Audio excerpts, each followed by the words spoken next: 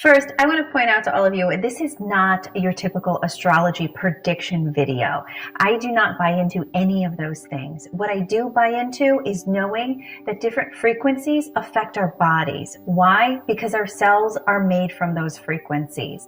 So it is no ancient hidden secret that our cells are made of stardust. That's science. So if our cells are made of stardust, doesn't that mean that they might have a connection to the ancestral energy that runs through them?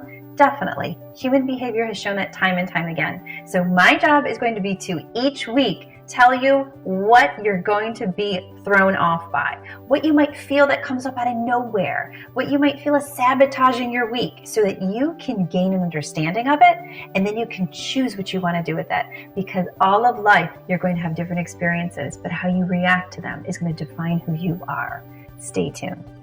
So we're going to kick off this week on the 2nd and 3rd, in which the energy frequency of the moon is going to be in alignment with Cancer. We pay attention to where the moon is because the moon is your mood. It is literally the representation of your emotions. If you challenge that, just take a look what happens to people around a full moon. Everybody goes a little nuts. So what happens when this is in alignment with Cancer is sort of similar to everybody going a little bit nuts. Cancer is the crab of the zodiac. It's moody, it's whiny, it's clingy. So how is that going to translate to you? You're going to find that if you are not aligned when this comes in, that you absorb the more lower frequencies of the Cancer energy, which means you're going to feel sad, you're going to be depressed, you're going to feel lonely, you're going to feel like no one loves you. That is very, very typical of that energy. How you stay above that frequency, though, I'm going to give you some tips at the end of this video, because if you can stay in alignment with that frequency and you can stay in the right flow, then that means you're going to master that frequency. So you're going to feel the intuitive side of Cancer. You're going to feel the side of Cancer that feels deep love and that is connected to those around you. And that is the best spot to be in. Then we're going to be moving into the 4th, 5th, and 6th of February, in which we're going to be in alignment with Leo. Leo is the lion. Leo is the depiction of the masculine energy, and it's extremely powerful.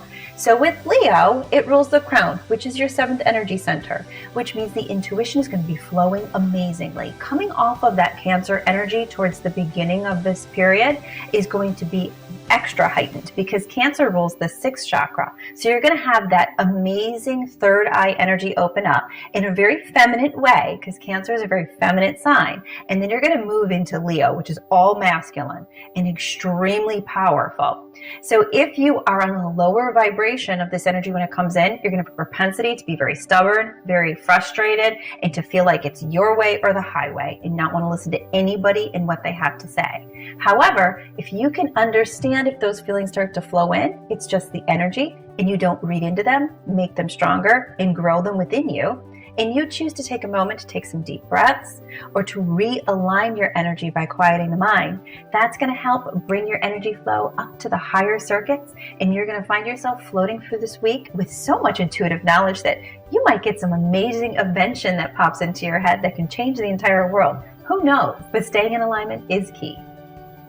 Real quick, take a peek at my new parenting podcast for new parents out there, for parents who have been doing this for years, for parents that have adult children. This is a great podcast to let you know how the energy is going to affect your children, what you can do to be a guide to them, and above all, it's not your fault. You're doing an awesome job either way. And the more knowledge you have, the more you're going to be able to show your little souls how they ignite as they move through this world. And now we're moving into the 7th and 8th, in which Virgo will be in alignment. Now, Virgo is all about the voice. It's about your personal voice, and it's the feminine side of the voice.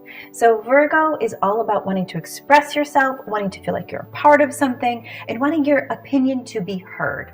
So if during this time period you start to feel like no one hears you, no one cares what you have to say, you're not that smart, then you're going to be noticing the more negative frequencies of Virgo moving through you.